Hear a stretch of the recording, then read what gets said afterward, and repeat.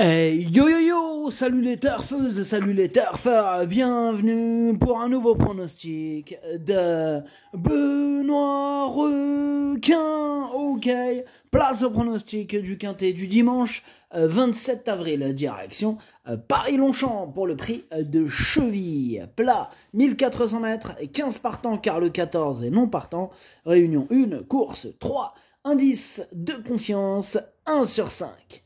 Petit retour sur le quintet à l'envers de ce samedi, mais c'était quoi ce quintet de malade? Oh là là. Le quintet dans le désordre, il a fait presque 60 000 euros.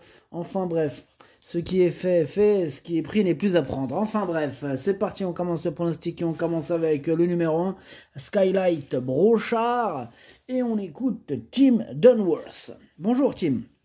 Bonjour.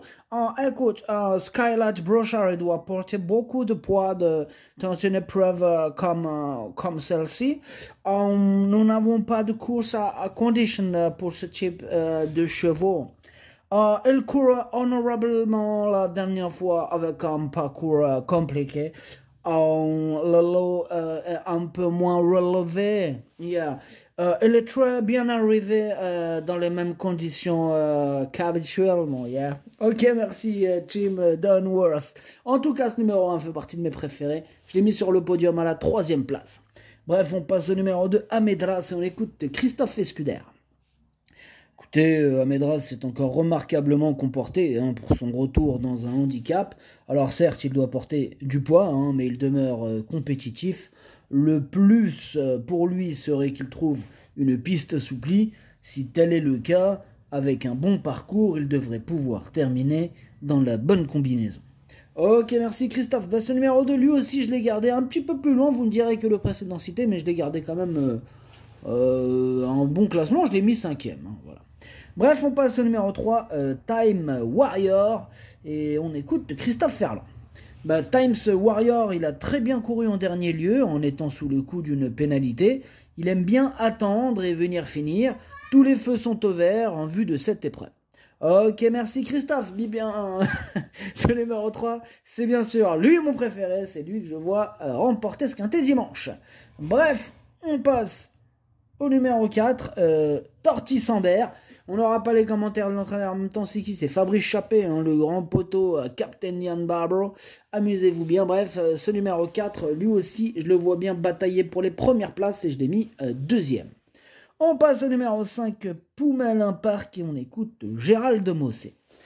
Poumalin Park est en grande forme. Bon, il a fait quelques progrès depuis sa dernière course. Le cheval a hérité d'un bon numéro de corde. Il retrouve le parcours sur lequel il vient de s'imposer. Ok, merci Gérald. Ça y est, c'est fini? C'est fini. Ok, parce que je croyais que t'allais enchaîner. Non, ouais, ok. Si t'as fini, tant mieux, Gérald. Merci. En tout cas, ce numéro 5, il me plaît beaucoup. Je pense qu'il peut faire mal. Je l'ai mis 4e. Bref, on passe au numéro 6, Royal Wood. Et on écoute Madame Corinne Barande-Barbe. Royal Wood n'a pas de marge dans les gros handicaps. Elle est très bien, elle se montre toujours très généreuse. Son numéro de corde est convenable.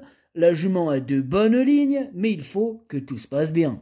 Évidemment, il faut que tout se passe bien, et ça, c'est valable pour tout le monde. En tout cas, ce numéro 6, je l'ai gardé, mais plutôt en bout de combinaison.